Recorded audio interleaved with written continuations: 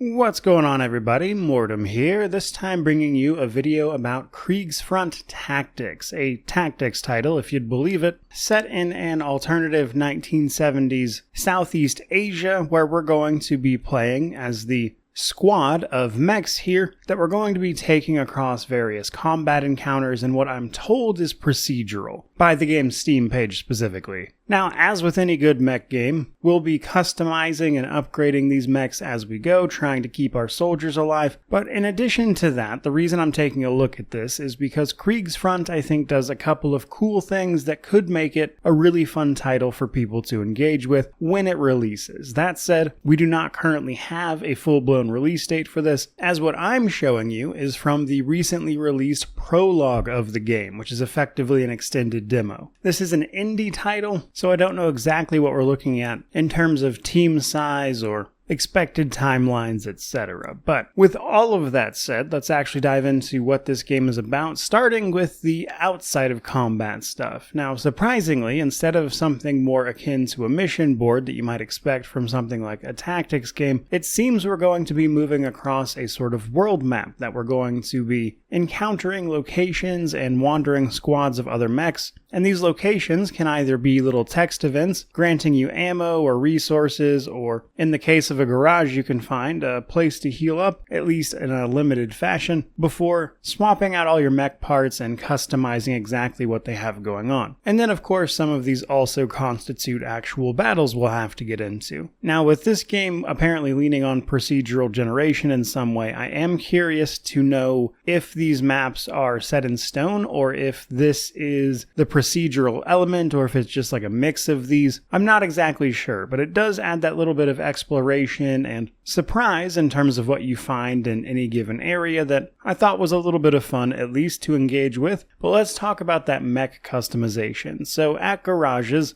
you'll be able to customize these things, and it's pretty much what you would expect. Parts to customize with, as well as the paint jobs and everything. Now, the cosmetic customization was pretty in-depth, more so than I was expecting, but it's got your usual range of things like decals, colors, patterns, etc., all for the different parts of the mech that you would expect. Now, when it comes to swapping out parts, at least here in this bit of a game that I've played, most of these parts seem to be dropping off of enemies specifically after battles are done. It looks like we have things like your 4 basic stuff, arms, legs, body, that kind of thing. But you'll also be able to assign weapons to each of these, giving you a handful of different weapons you can switch to and from during combat, which is going to make up your core set of abilities. So depending on exactly what you slap onto any given mech, you're going to be adjusting all sorts of individual effects about their movement and resilience to enemy fire, which I thought was pretty neat. Now, what's more though, when we start actually talking about combat itself, these parts are also more than just things you're slapping on to customize stats, but rather they are individual sections of your mech that can be targeted by the enemy or simply hit by happenstance, and if they get destroyed, that part is literally destroyed for the rest of battle. So if it's something that has a weapon on it, now you don't have access to that weapon, so on and so forth. Now, the body section is the most important, because once that's destroyed, your mech actually blows up and that character inside dies. So it does look like soldiers or the mechs themselves will be expendable to a certain degree that you would expect with basically any tactics game. But then we have the actual battles themselves and how that plays out. Now, a lot of this is standard tactics stuff. However, I do think there were some interesting moments in there. For instance, when any of your characters uses the equivalent of an aimed shot, you actually have to physically aim that shot, which means you have to worry, of course, about line of sight and the like. Now, individual bits of terrain do seem to be at least semi-destructible. I don't know the full extent of this system, but like shooting into a building will at least chip away at it, and then trees, which actually provide cover to your mechs, can be blown up with things like rockets and explosives. So there is a surprising amount of interactivity with the environment itself. So trees in particular, they actually limit visibility of you from the enemy, but also generally just visibility, period, because you can only see so far while you're in the trees. So they provide cover, but it's also going to make it harder to see enemies or track them down if they're using trees for cover. And when you start combining that with the things I've seen elsewhere in the demo, such as with the different types of weapons you can use, all the different forms of rockets even, and how those affect both the terrain and then the enemies themselves based on what part of them you hit, and then other abilities have to be aimed, it makes for a pretty good time. Now, other factors you'll have to get used to are that enemies, of course, have a bit of mitigation via the evasion chance, basically their chance to just avoid your attacks. This is down to things like flanking the enemy, attacking them from behind, etc. So doing everything you can to mitigate their chances to just straight up avoid your hits, alongside armor as well, which will of course just be a flat damage reduction, it seems. And those two things combined seem to make the rockets and explosives, at least in this version of the game, extremely high value because the enemy can do very little to counter them,